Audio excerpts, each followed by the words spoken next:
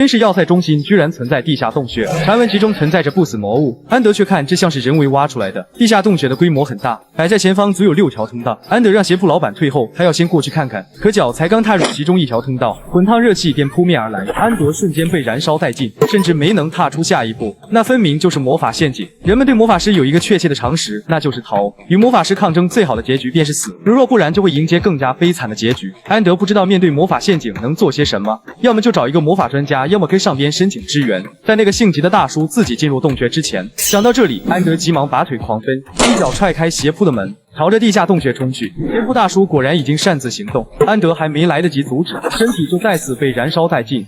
他得更快的找到办法才行。首先得让鞋铺大叔绝对不要进入那个洞穴。梦魇冷冷道：“虽然只是短短一瞬，但你应该也感受到了烈火焚身、灰飞烟灭的痛苦。即便如此，你也想踏进那火焰之中吗？”如梦魇说的，那就像是瞬间被100万根银针刺透身体般痛苦无比。但是放任无辜之人死去，对安德而言是更大的痛苦。其实就该如此。安德用最快速度冲到鞋铺，这次他让鞋铺大叔千万别跟过来，找魔法专家说不定要花上几个月，请求支援也不一定能轻松解决这件事。这是没有任何线索的魔法陷阱，即便安德带队员来，也很可能会死。所以他得尽量多获取些情报。6条通道中也有1条没有陷阱，安德利用轮回一个个视线是最简单的，但他不想单纯的蛮干，也许有什么能派上用场的办法。如果能在进去前感受到陷阱的异动就好。安德开始回忆每每死亡时自己都感受到了什么，又是在什么时候意识到自己这次输定了？是当剑抵住脖子的时候，还是敌人举起剑的时候，还是感受到杀气的时候？那是明确想要杀掉对方的意志。动物在面对死亡时会若有所感，现在安德就隐约有这种感觉。刚刚他似乎看到了些什么，那么就来试验一下吧。在安德踏入通道的瞬间，身处飞出巨斧将其一分为2。然而安德却非常兴奋，因为他刚刚准确感受到了陷阱的杀气。感受陷阱的杀气就是今天的突破口，方法是不去轻易踏进洞口，而是在每一个通道间来回，去切实的感受杀气。不听话的鞋铺老板疑惑：“士兵大人，您怎么像内急的小狗一样转来转去？”今天就到这里。安德感受到这条通道里存在无数飞刀，明天他还会来。安德警告鞋铺大叔千万不要进去。已经失去妻子的大叔非常害怕再失去女儿。近几年失踪者人数变多，所以官府总是用各种理由推脱。大叔请安德要是看见戴着这种戒指的女人，一定要告诉他。安德回到哨所，杀气感知照常训练，不过还是错了。雷姆让安德倒是去接点有用的委托啊，跟皮靴玩怎么进步。这是安德第一次活着度过今天，如果今天就这样过去，会发生什么呢？难道会变成明天吗？趁这个机会，安德开始寻找问题的答案。又一个清晨，雷姆用相同的话催促分队长去找实战机会。看来一觉醒来，安德还是进入轮回。那么这次他就不睡觉试试。可就在朝阳出现的那一刻，安德意识逐渐模糊，只是眨眼的功夫，他就重新回到床上。看来不能跨越墙壁，就无法摆脱今天。不过没关系，反正安德也不打算在没有跨越的情况下迎接明天。转眼就过去10天、20天，这跟单纯的恐惧不同，安德要去感受死亡的感觉。第40天、第50天、第60天、第70天，安德站在最后未被确认的通道前。冥冥中从地底探出大量食尸鬼，将安德拖入地底。这些出现在脑海中的零星画面，令安德嘴角微微上扬。短短几天，分队长居然就练成了6感之门，杰森不免怀疑他其实是天才。第72天，安德全副武装。雷姆奇怪：“分队长，你是要去鞋铺打仗吗？”安德严肃开口：“在砍掉10只皮鞋之前，我是不会回来的。”埃斯特沉默注视着他的背影。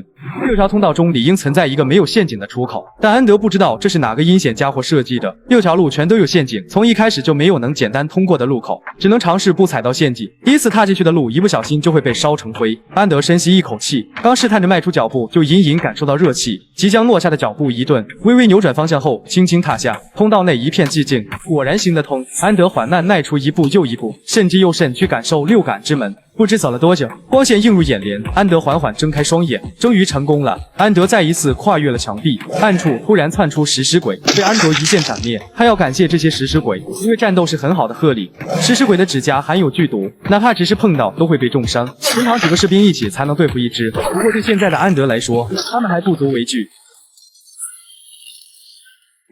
刚刚那一集，即便在安德自己看来都打得很好，应该让小分队的那些家伙都看看的。就在这时，又出现狼形畸形魔兽，居然跟其他禽兽混杂在一起。安德很好奇，那前面究竟有什么东西？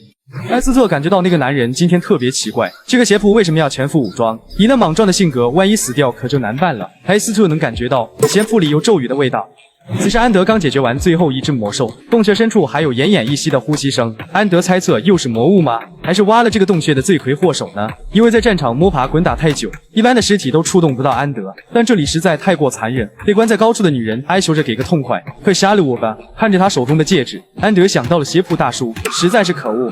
罪魁祸首戏谑道：“怎么又来了个材料？刚好可以给巴米罗做个朋友。”之前安德碰到的都是罪魁祸首制造的失败品，而这巴米罗才算得上是作品。他要把不速之客也变成帅气的作品。安德明白，与魔法师抗争，最好的结局便是死。然而，即便要付出数万次性命，安德也一定要杀了他。魔法师周身存在防护罩，安德悍然举剑，这个魔法师用气波击退。暗处的埃斯特就知道这里有魔法师，虽然他积蓄的力量还很微弱，但若是全部挤出来，应该能打过那家伙。魔法师指尖一点，气波再次射向安德，这是看不见也听不到的攻击，但安德能感觉到敌人的杀气。烈血剑幕急于一点状态，安德曾问过队员们应对魔法师的办法，雷姆会用箭射，杰森会趁对方走神杀了他，奥丁会跟对方狠狠打一架，而对拉格纳来说，活着的生物一剑就能砍死。安德在躲避气波的同时，伺机拉近距离，围绕在魔法师身边的透明屏障无法用哨刀破坏，那安德就用力量击碎它，然后砍了魔法师。然而魔法师却一脸邪笑，等着安德突破防护罩。就在这时，另一道魔法从地下窜出，冲向了安德的皮甲。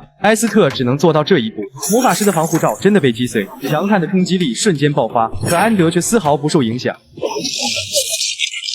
终究是安德赢了，刚才的冲击明明足以让他粉身碎骨，甚至连剑都出现裂痕，可安德却毫发无损。他没想到这盔甲这么厉害，高处那道微弱的呼吸声已经没了。安德熟练掌握了六感之门，而且一击就打败了魔法师，但却怎么都开心不起来，确认安德离开此地。埃斯特心想，真是个愚蠢至极的魔法师，居然因为轻敌，连自己好不容易做出来的东西都没用上。这是为了补足魔法师肉体能力而做出的血肉傀儡，只要加上最后的魔法术士，他就能醒来。埃斯特当然要将其收入囊中。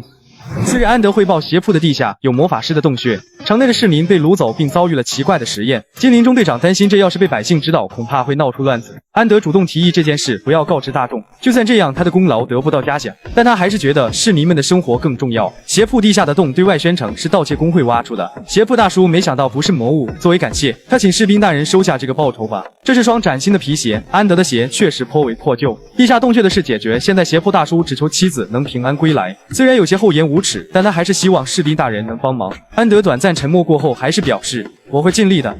安德不知道给邪铺大叔那种遥遥无期的希望是不是对的，告知真相让他陷入痛苦又是对的吗？如果我成为骑士，可以提前阻止这种事情发生吗？现在的我还不知道，只能尽力一试。打败魔法师后，虽然安德立即接受了剿灭魔兽的委托，但并不觉得自己能有长进。雷姆甚至无聊的打哈欠，他看出了分队长的欲求不满，那必须来帮忙解决一下。雷姆扔掉披风，闯入魔兽群中疯狂砍杀，其他士兵急忙让咒术破坏者管那家伙，可没想到他也被疯子分队影响了。雷姆让士兵们搞清楚是分队长影响了队员们，不过这句话可不是雷姆这最疯的家伙该说的。虽然士兵们看他们的确不太正常，但实力倒是足够强，所以让人无话可说。不过安德看起来还是不太满足，有士兵建议他不如去重甲部队那边看看，他们正在处置魔兽群，鸟妖非常棘手，他们会抓起士兵或摔死。之前安德短暂加入过的佣兵团，就是因为鸟妖全部覆没，他们是一群很亲切的家伙。安德不会再让历史重演，这次不会再有任何人死去。鸟妖的叫声可以扰乱人的神智，但是这种程度也不会比死亡更痛。雷姆看分队长真是深情如燕，要不来比试一下，看谁抓的更多。然而安德可不是来玩的。重甲步兵们知道雷姆那家伙很强，但没想到咒术破坏者也这么强。安德的实力大有长进，前来支援的边防部队闲得看起热闹，毕竟这里好像不需要他们。鸟妖找准时机，快速俯冲，撞掉了安德手中的剑。就在他们想趁胜追击时，兽刀刹那间出现。如今安德可不会任人宰割。